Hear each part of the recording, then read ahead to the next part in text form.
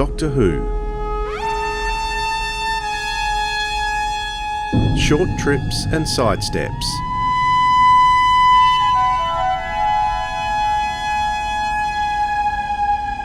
Planet of the Bunnoids.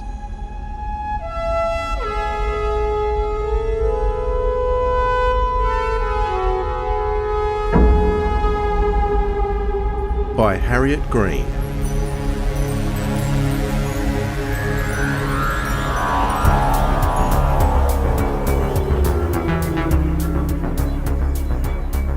Vicki was in the corner of the console room, frowning and tutting over a book. After the third tut, the doctor could stand it no longer. "What is it, child? What's wrong?" "Well, it's this history book, Doctor," she replied. "I just don't believe it. It claims that back in Earth's past there were wolves who could talk. Isn't that ridiculous? Animals can't speak. There's something about pigs, too." The doctor took the book from her. "The big girl's book of bedtime tales. This is fiction, my dear. It didn't really happen." The young girl looked sceptical. "Well, why bother about it then?"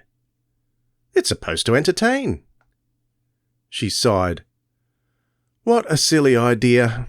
In my time we read improving books, not silly, impossible things like this." "Things like what?" asked Stephen, striding into the room. The doctor waved a hand dismissively at the young man. "Oh, this child here doesn't believe in fairy stories." "What?" Stephen was incredulous. "You never dreamed of being Sleeping Beauty, Vix? Or Cinderella, carried off by a handsome prince?" Vicki shrieked as he picked her up and swung her around the console room. "Put me down, Stephen! You're not a prince!" He grinned at her. "But you do agree I'm handsome, then?" "I didn't say that," she yelled again as he tossed her in the air and caught her. All right, you're handsome. Now put me down." The doctor smiled indulgently as Stephen dropped the girl back on her chair. Come now," he said. "Don't you want to see where we've landed, "Let's look at the scanner, Doctor, quickly," cried Vicki. "I wonder where we are." The scanner hummed into life. The three gazed at the screen, trying to make out the details of the landscape outside the ship. "Looks like a field," said Stephen doubtfully. "It's probably Earth again," sighed Vicki. "It's always Earth." "That," the doctor flustered, "is a gross exaggeration." A movement on the scanner screen caught his eye. "What's that?" "What's what?" "There, something moved." "I see it," Vicki cried. "It looks like a rabbit." "We are on Earth then, Doctor." She turned away in disappointment. Stephen was still looking at the screen. "I wouldn't be so sure about that. Look again." She did so. "What?" "That's no ordinary rabbit. Look." Vicki screwed up her eyes. "You're right. Its eyes seem to be flashing. And those whiskers."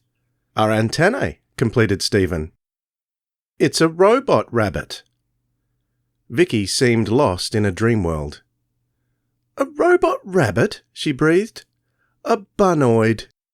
"What's that, child? What do you say? Bunnoid?"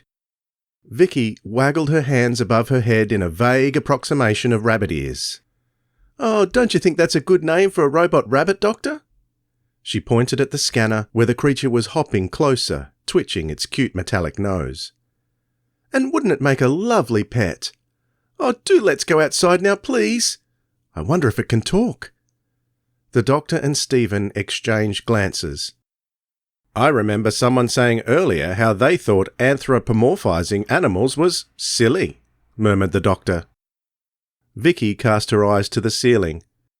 "This is a completely different thing. And anyway, well, I suppose having a robot pet would save on food bills," said Stephen hurriedly, interrupting. "But not electricity bills," said the doctor. "Still, it seems to be perfectly harmless.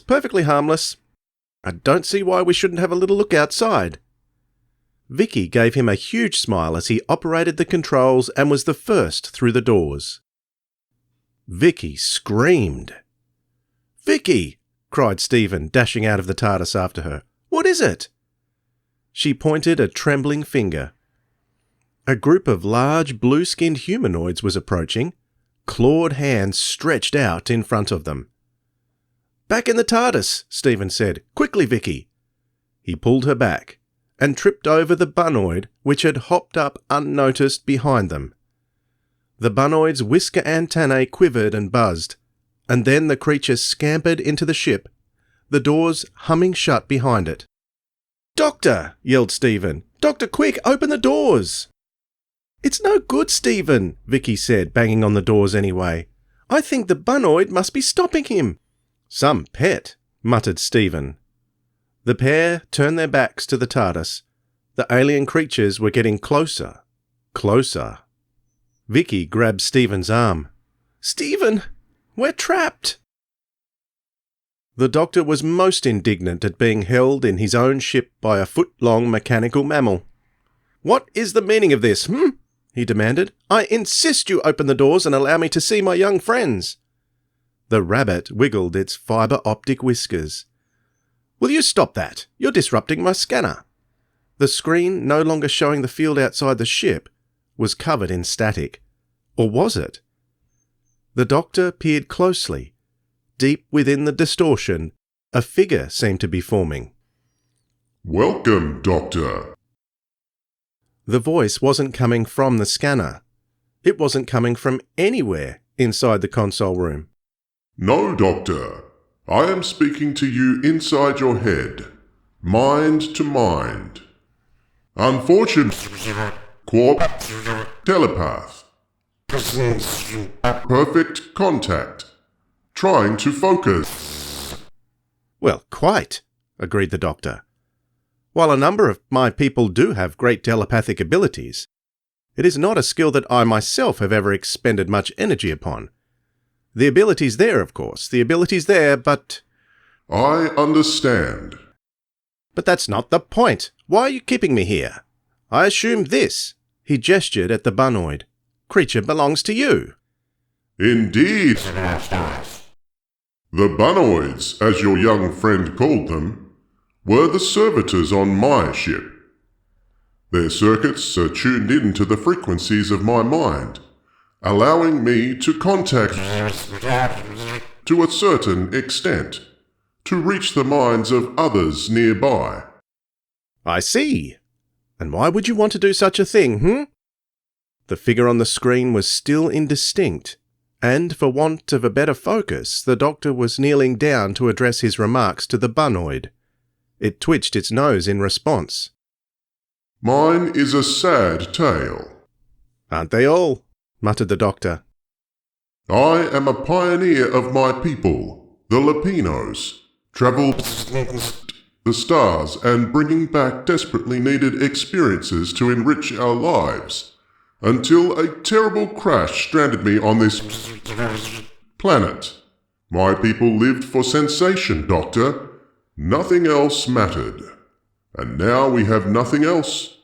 Having neglected our physical forms, we finally lost them altogether. Mental stimulation is all we have left." The voice was becoming more distinct and the screen was finally clearing. All it showed was a giant, pulsating brain. "I sense the revulsion in your mind, Doctor. Thank you. Your feelings feed me." The Doctor averted his eyes from the scanner. "Shame and pity? Not as good fare, Doctor." "You consume emotions?" the Doctor frowned. "I've never heard of such a thing. Never. It's simply not possible." He could almost imagine that the voice was smiling. "Doubt, suspicion, incredulity. Thank you, Doctor. I eat them all. Better than the crumbs of thoughts I harvest from the primite blue-skinned natives of this planet. My Bunnoids create illusions of adventures for them, but all I get in return are pathetic table scraps that will not even allow me to power the countdown to takeoff, let alone fly my ship back to Lapino." "Well, I'm very sorry for you, obviously. Far from your home, cut off from your own people." The Doctor was lost in thought for a moment. "Yes, terrible, terrible. but I fail to see what good it will do you to keep my young friends and I apart." "Don't you, Doctor? I need emotions, and you are forgetting that the strongest emotion of all is fear. I am about to feast." Vicki was kicking out, trying to break the grip of the blue-skinned creature that carried her. Steven, in the clutches of two of them, couldn't even manage that level of resistance. "Vicki! Vicki, are you all right?" "I'm all right, Steven." Her words cut off with a shriek. "Vicki?" cried a suddenly worried Steven. "I've just landed my tights on a branch." Steven gave a snort of relief. "Well, you won't have to worry about trees for much longer, Vicki. Looks like they're taking us into that cave." Vicki sighed. "Oh, I hate caves. They're always so dark and smelly. Don't forget cold." "Oh yes, cold. And me with not even a whole pair of tights to keep it out. It's not fair, Steven." The Bunnoid was hopping round and round the console room in consternation as the brain being raged at the Doctor.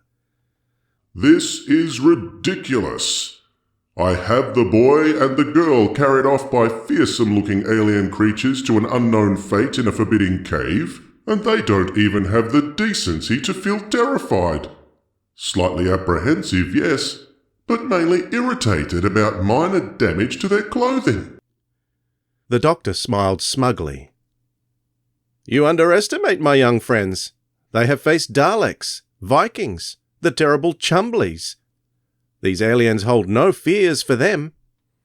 "Condescension tastes bitter, Doctor. But I need strong emotions. I must have them." The Doctor glared at the Bunnoid, then remembered to switch his gaze to the brain creature on the scanner screen. "I understand your desire to return to your own planet, but this is not the way. Can't your people send out a rescue ship or something?" "Without a store of emotions, I cannot reach out far enough to contact my home. I have not spoken to another of my kind for 6 space months. With these natives' pathetic excuses for emotions, I cannot even access the communication systems." "Not even with the additional scraps you've ingested from my young friends, The Bunnoid suddenly began thumping a rear paw on the floor excitedly. "Yes. I may not have enough energy to power the ship, but maybe I can at least communicate with my people." The Doctor sensed the voice's focus shift, although he could still hear every word. "Attempt access communication log now." There was a buzzing, whirring sound, and an electronic voice. "Communications accessed. Daily communications received." "Access most recent communication." "Most recent communication." Another voice, softer than the brain creature's but similar in tone. "Lapino to Explorer. Lapino to Explorer. Come in, please, Explorer." A pause. "Explorer, we have received no communication from you for 6 space months. We must now conclude that you are not returning to Lapino. Therefore, if we do not hear from you within the next space day, we will use our combined powers to send a wave of mental energy to destroy your ship so the technology does not fall into alien hands. Message ends." 1 space day? Computer, when was this message received? Message received half a space day ago. The Bunnoid was zooming round the console room in great agitation, and the Doctor groaned in pain as an anguished cry echoed in his head. Wincing with the effort, he spoke to the brain creature. "Come now, I'm sure this is a great blow to you, but after all, you knew you couldn't escape that way, so it makes little difference to you, The form on the screen began to shake alarmingly. "Oh, it does make a difference, Doctor, I assure you. I will no longer be stranded on this planet, far from my home and my people." "You won't? Then that's a good thing, surely." "I will not be stranded, because I will be dead. Such a mental force will destroy not only the ship, but every living thing on this planet. The doctor tutted. Now then, don't you think you're being just a little bit melodramatic? Perhaps that is the answer, Doctor, for I do not intend to die. Good, good. I will avert that fate. I will contact my people. Excellent. I will cause such emotion in your companions that contact is ensured. One of them will face the fear of dying, and one will have to cope with the heart-rending grief of being unable to save the other. The doctor smiled. That's the spirit. Then a double take. You're going to kill one of my young friends? I won't allow it. I'm afraid, Doctor, that you have no choice in the matter. My Bunnoids are already taking the necessary steps. Steven and Vicki were ushered into the depths of the cave. Vicki suddenly halted, grabbing Steven's arm. "Steven!" she hissed. "What is it?" he whispered back. "There's something else in here with us. In front of us, look, I can see a pair of bright eyes." Yes, I see. "They're burning like fire," breathed Steven, "and coming closer." They tried to edge backwards, but their way was blocked by the blue-skinned creatures making frantic forward gestures. Then Vicki giggled. "Vicki?" "It's all right, Steven. Look, it's only a Bunnoid." Steven breathed a sigh of relief. "Well, thank goodness for that. I was imagining all sorts of monsters." There was a clattering, chattering sound. Vicki peered into the darkness and gasped. "I was wrong, Steven. It isn't a Bunnoid." "It isn't?" "No, it's hundreds of Bunnoids." She grabbed his arm as the Bunnoid mass emerged from the shadows. As one, the robots stopped. As one, they lowered their ears from which small glowing nozzles protruded. Ears which were very, very obviously ray guns, and which were pointing straight at the time travellers. "Stop!" The doctor was furious. "I will not let you do it." You cannot stop me, Doctor, and your rage is only helping my cause. "Maybe I can't stop you, but what if I came up with a better plan, One that would give you all the power you needed, without causing any harm to anyone." And what is this wonderful plan that will allow us all to live? "Ah!" The doctor gazed desperately around the console room for inspiration. His eyes lighted on Vicky's discarded book. "And they all lived happily ever after," he murmured. Well, Doctor, you are wasting my time. And time is something I have little of. "Well, have you studied the books of Earth at all?" I have not. The doctor shook his head. "Oh well, never mind. A very famous man on Earth once wrote a letter saying—" He paused. "Faith, hope, and charity. But the greatest of these is love. No, that's not it. Love, honour, and obey. But the greatest... No. Anyway, the point is that love is the greatest emotion of all. That's all that matters." Love? This is an Earth thing? The doctor snorted. "You claim to live by emotions, yet you don't understand the concept of love? I pity you. Yes, I pity you." Your pity does not sate me, Doctor. Tell me of this Earth thing called love. The doctor picked up the big girl's book of bedtime tales. "I shall do better than that. Are you sitting comfort—" He glanced at the giant pulsating brain. "Well, never mind that. I'll begin. Once upon a time. And they lived happily ever after. The end." There now.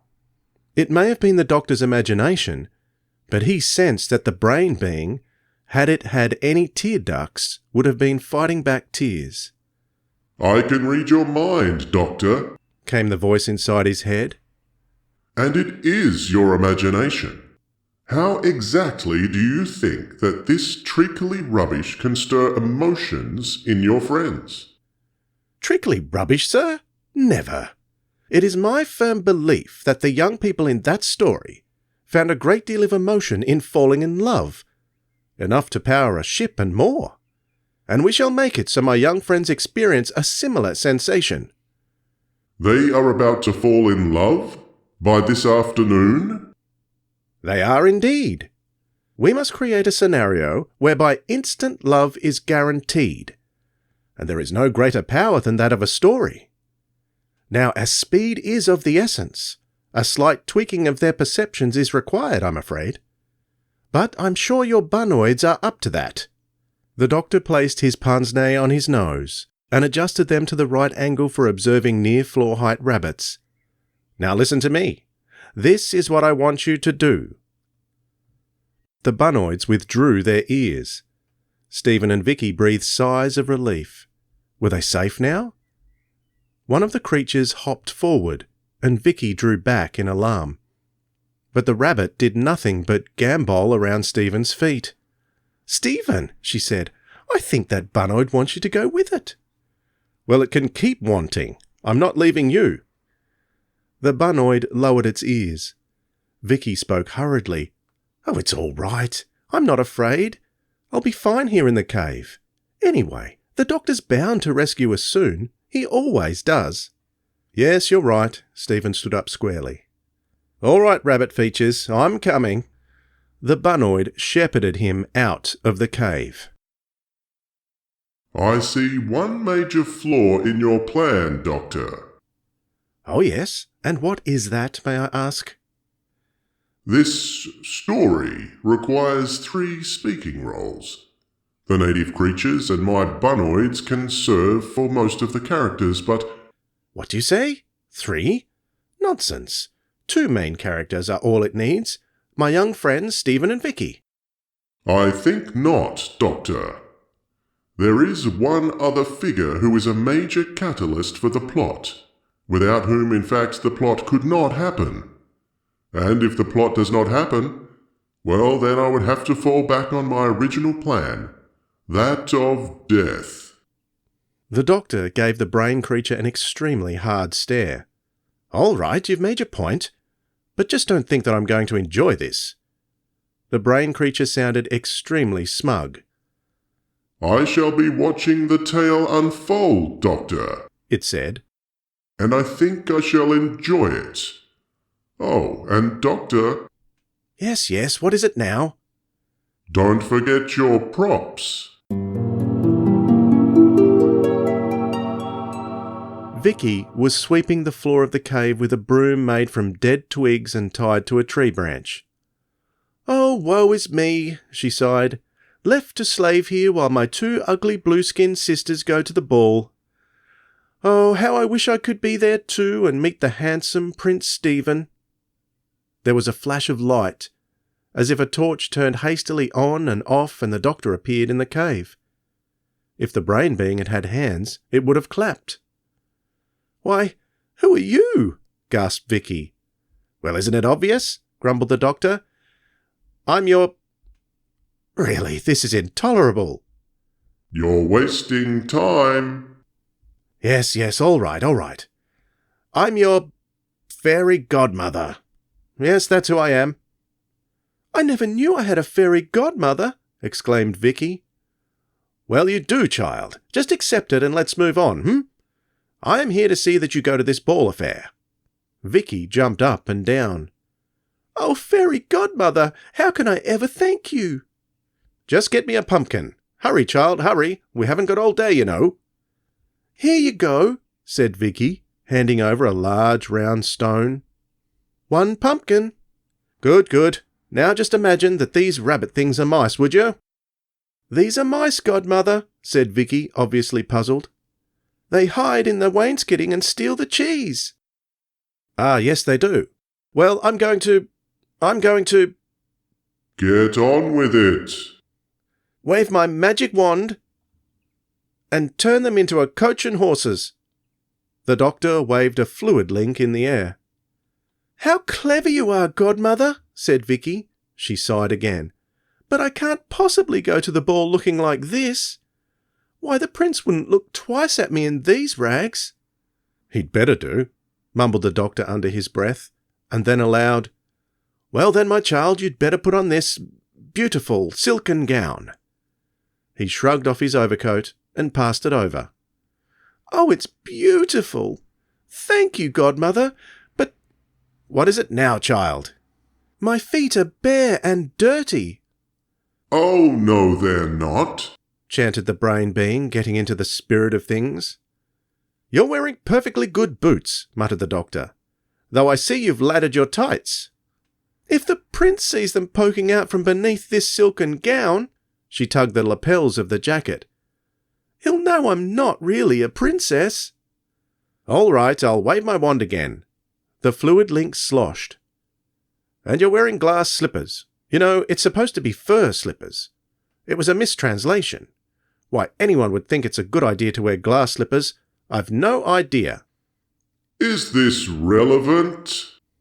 The doctor frowned. All right. I'm getting on with it." "Who were you speaking to just then, godmother?" asked Vicki, puzzled. No one. Never mind all that. Just get off to the ball now, replied the doctor. "How can I ever thank you, godmother?" "Just go, child, go! And remember to leave by midnight." "May I have this dance?" asked Stephen, approaching across the grass. "Oh, Prince Stephen, of course!" cried Vicki. "The band play divinely, don't they?" he murmured as he swung her around. "Oh, yes, they do." Stephen was gazing deep into Vicky's eyes. "Oh, beautiful stranger, I think we were made for each other." "Prince Stephen, Suddenly a clock began to strike. "Oh no!" cried Vicki. "It's midnight. I must go." She dashed off towards the cave entrance. Halfway there, a blue-skinned creature stopped her and forcibly removed one of her ankle boots, throwing it back towards Stephen. The young man picked up the boot and gazed after her. "I have found my bride," he proclaimed. "Now I must search the land until I find the foot that this glass slipper fits, and then I shall marry the woman who wears it." "Well, I think it's all going splendidly, don't you?"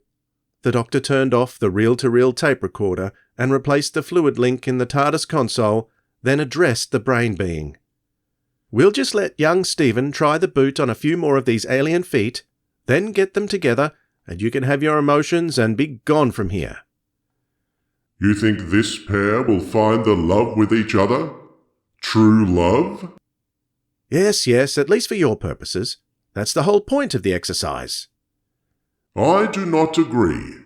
This love is part of a fiction. It is not real. A false emotion cannot feed me." "You're underestimating the power of a good story." The doctor grew expansive.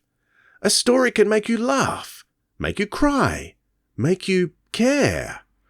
Imagine how much stronger that effect can be if you are part of the story, "You assure me that their feelings will be real?"